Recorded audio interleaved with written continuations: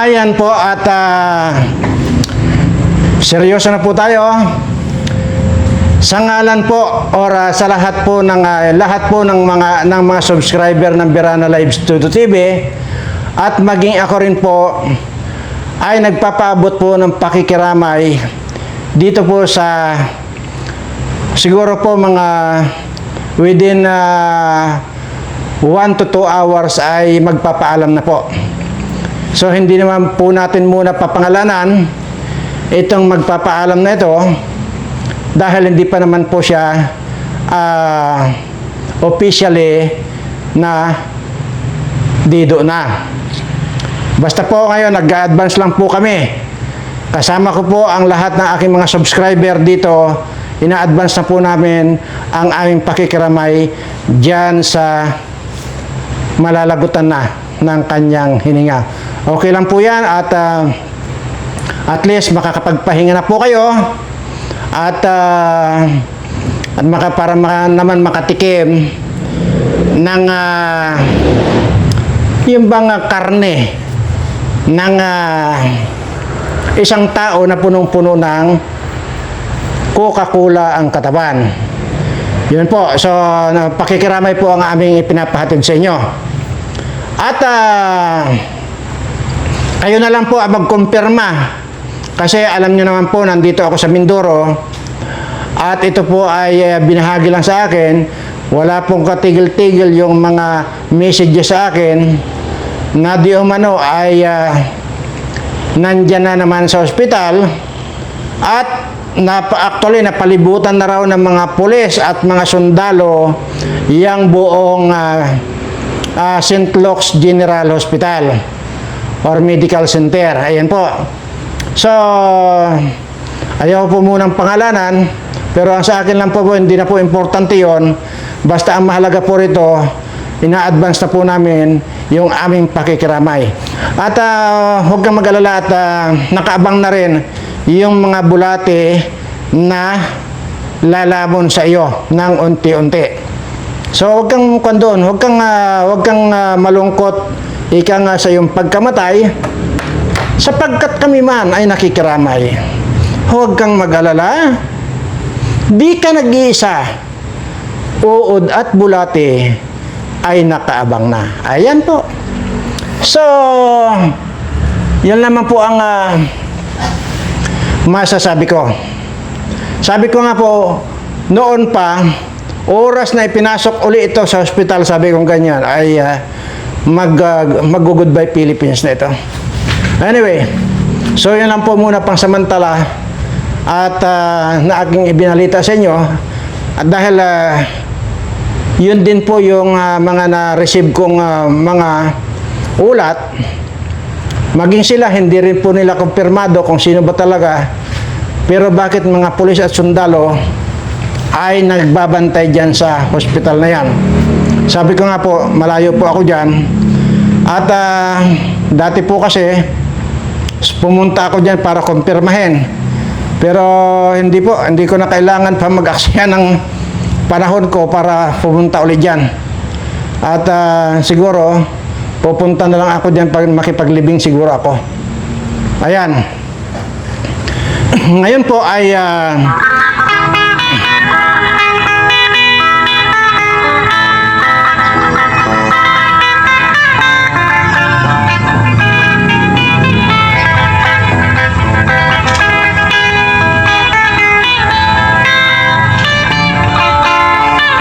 ayan. Ako si Rosas Pandan, buli kong ginbatuk-batukan. Di ba? Ang saya ko ngayon Anyway, kung inyo pong matatandaan din, mayroon pong isang speech si President Duterte dati na ang sinasabi po niya ay nag-iisa na lang yung bayag ni Trillanes. May speech po si President Duterte alam niyo na lahat yan. At ngayon po ay may nagpatunay na talagang nag-iisa ang bayag. At hindi lang po pala yun, supot pa. Ito po, ito, hindi po galing sa akin to. Ipiplay ko lang po sa inyo, ha? Sana ba yun? Ito. Si Trililing, ginambilat sing Iloy kasabi sang isang nagtsupa sa iyo, Trililing. Isa lang daw ang bayag mo, nung kinapa yung bayag mo, hindi dalawa, isa lang. Tapos supot ka pa, kaya ka pala galit sa mundo. Ulit. Si Trililing, ginambilat sing Iloy kasabi sang isang nagtsupa sa iyo, Trililing. Isa lang daw ang bayag mo, nung kinapa yung bayag mo, hindi dalawa, isa lang. Tapos supot ka pa, kaya ka pala galit sa mundo. Yan na. Yan po yan.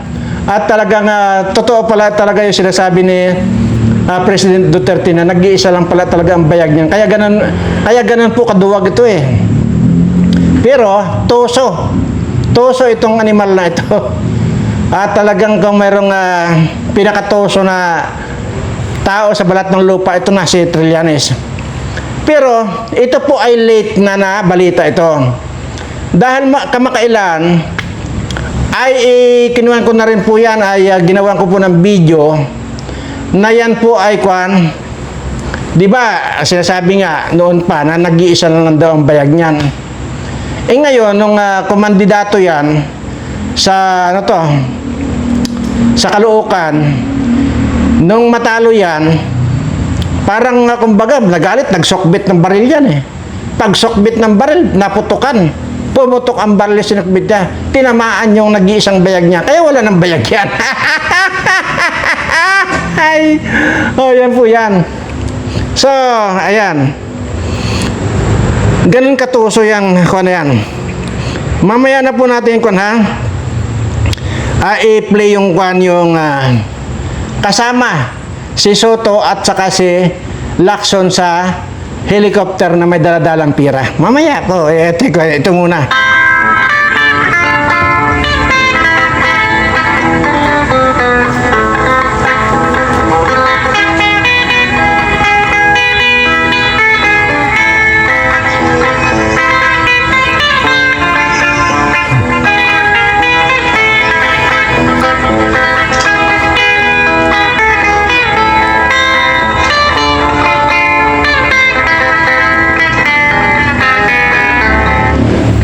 Ako si Rosas Pandan, buli kong ginbatuk-batukan.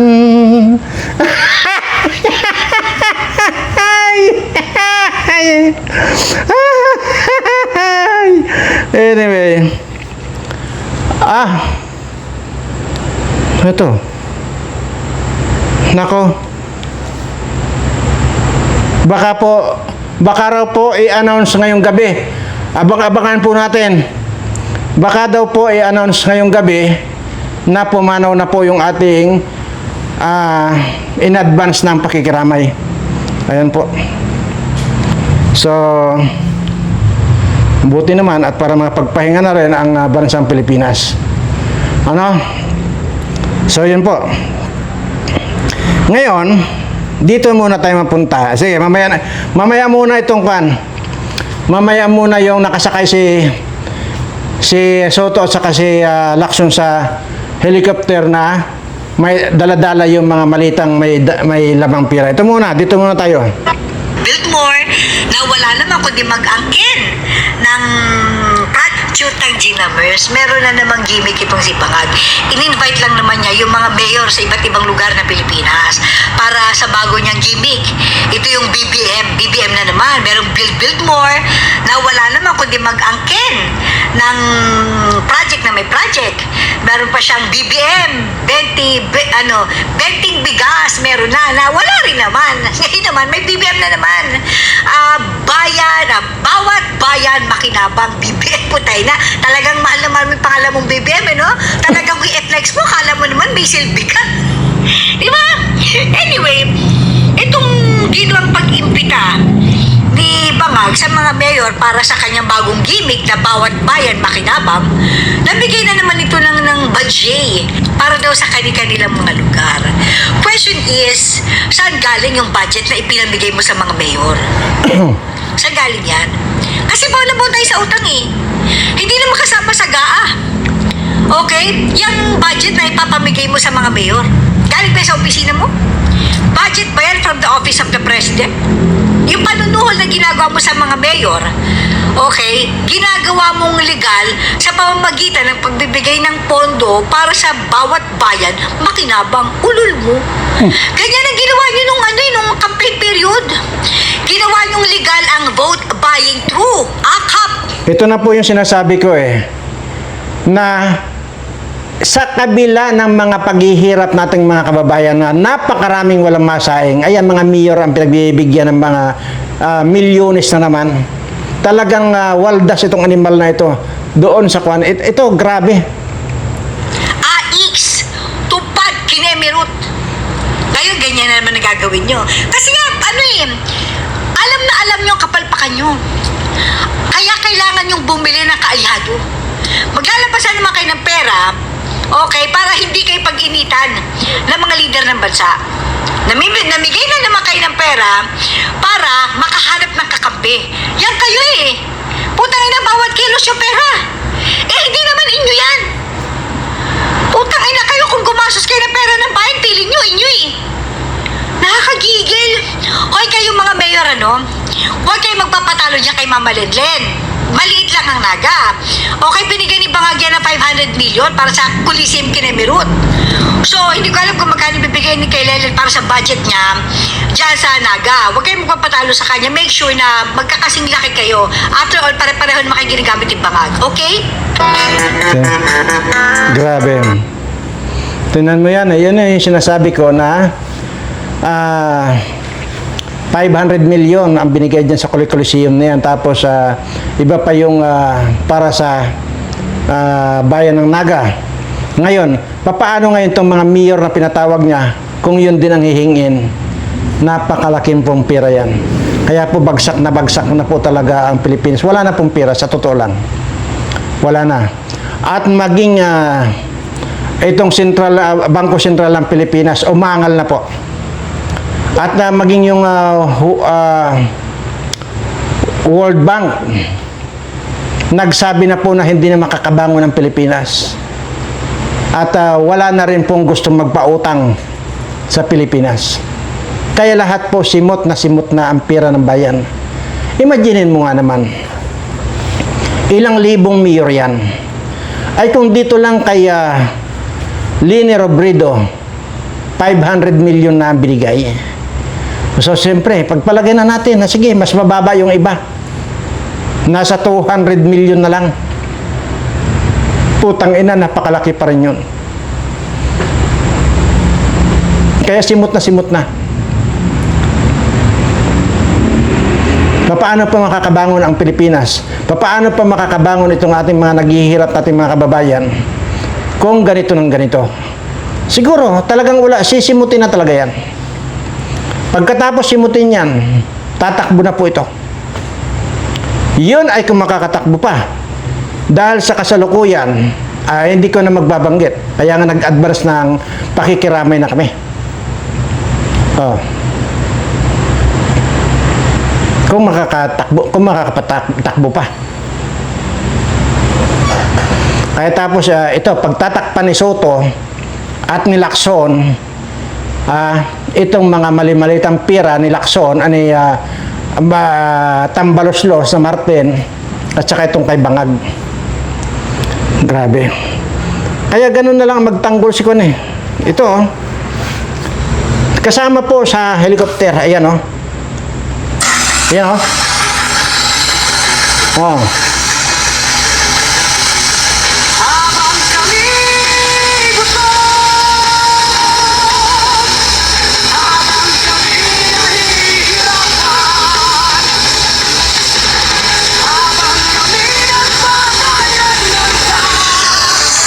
ilagay po natin sa una makikita niyo po nakasulat po doon na yung si Soto at saka si Lacson Ayan Yan, Soto, Lacson.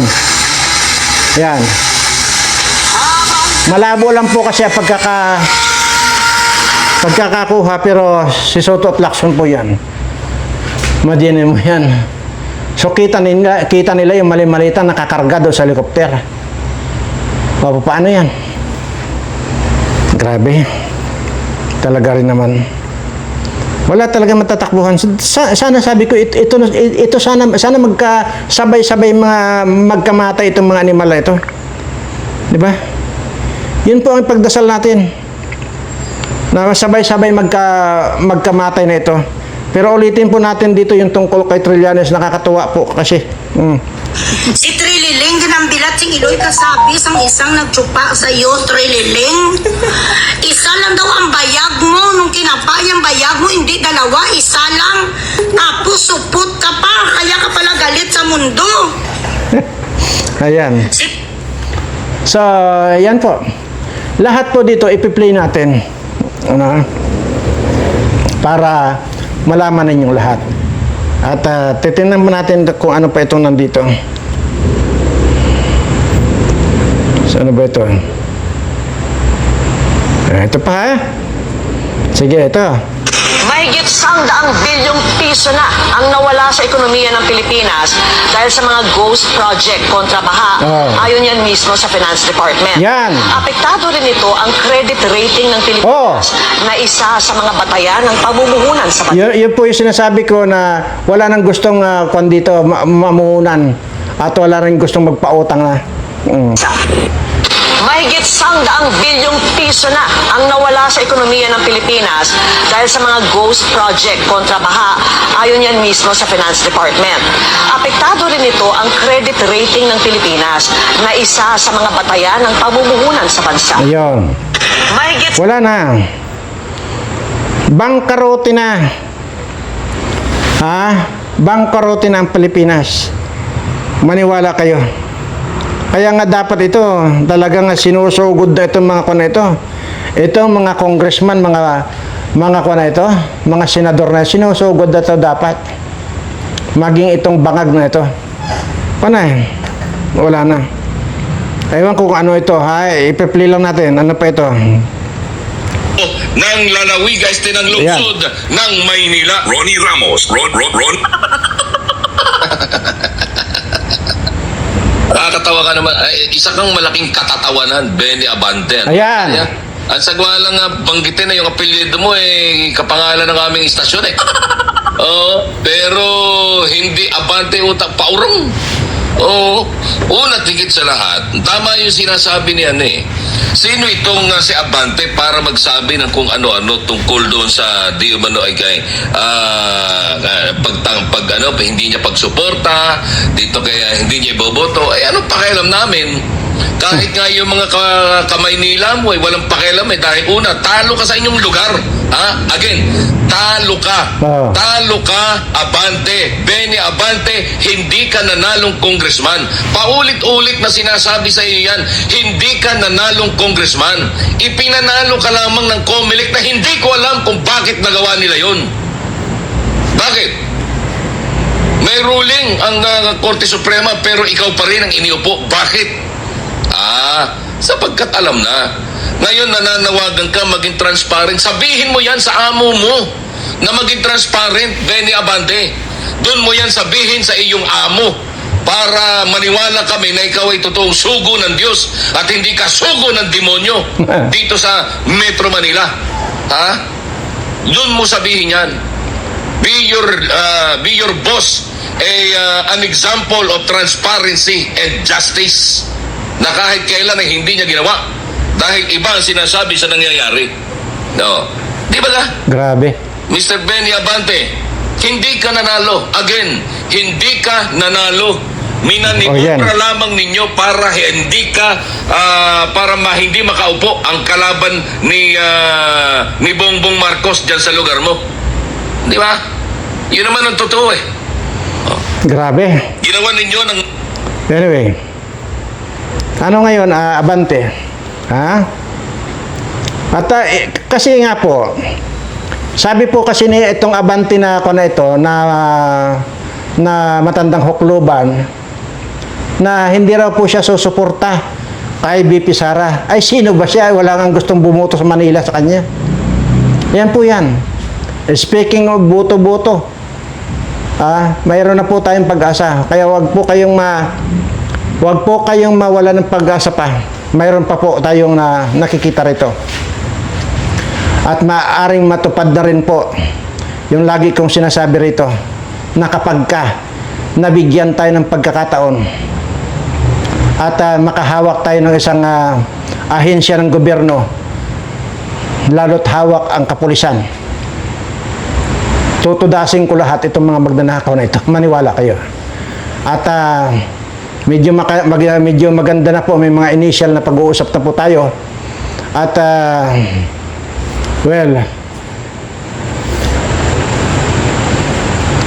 hindi ko muna i-elaborate dito kung ano yung mga pag-uusap. Pero mukhang matutupad yung ating pangarap na mapunta dyan kahit 1 hanggang 2 buwan lang. At yan ay tatapusin ko sa lalong madaling panahon. Wala akong ititira. Wala ni ultimong anino at kaluluwa ng mga yan. Wala akong ititira.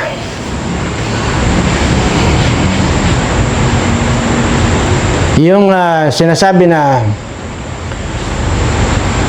magpaparusa, doon yun sa mga batas. Pero ako, hindi na ako dadaan ng batas.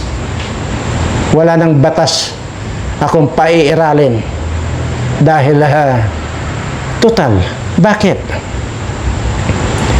Kung sila ngayon, wala nang batas eh. Dahil kung sumusunod sila sa batas, hindi nila ginagawa itong mga pagnanakaw na ito. Bakit naman ako susunod sa batas kapag nandyan ako? Tudasin ko na lang tudasin ito, tapos ang kwento. Ganyan po ang